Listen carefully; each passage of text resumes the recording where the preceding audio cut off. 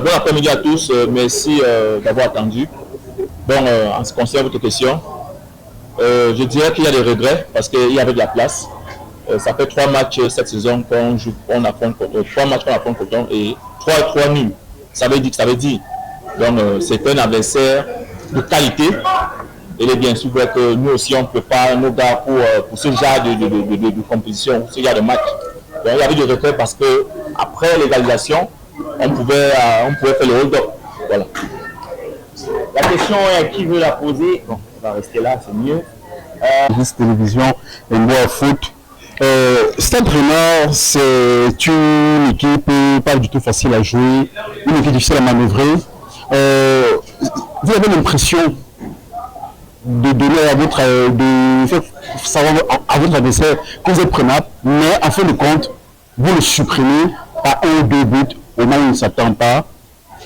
Comment allez-vous à aborder cette deuxième phase? Quels seront les points forts sur lesquels vous allez mettre l'accent pour pouvoir glaner une victoire tant recherchée? Merci de la question. Bon, d'abord, pour commencer, Stade Rennais n'a pas changé d'habitude. On continue à travailler comme on a commencé.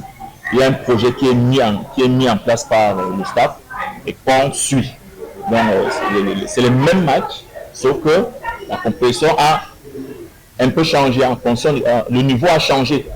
Mais on ne changera pas nos habitudes. Le secret, c'est quoi? Le travail. La collaboration et surtout faire progresser nos joueurs. Donc, on n'a pas changé nos habitudes pour pouvoir arriver là où nous sommes. Alors bonjour coach, Patrice Denis Bian, Campus FM. Alors coach, on a une équipe de Stade Rennais qui va très bien, ça on peut le dire, mais on vous a vu très timoré lors du premier match face à Coton Sport.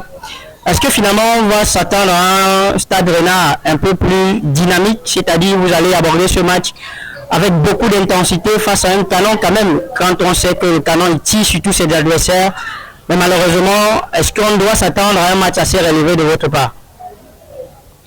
Comme je venais dit tout à l'heure, on ne changera pas nos habitudes. Ça, il y a un projet qui est mis en place. On est en train de suivre certaines lignes de conduite. Maintenant, changer, non, on s'adapte. On s'adapte aux adversaires. On prend match by match. Vous comprenez? Donc, on ne changera pas nos habitudes. Le Canon, c'est une équipe qui a une histoire lourde. Tout le monde le sait. Donc, c'est une équipe qui est favorite pour la fin de la compétition.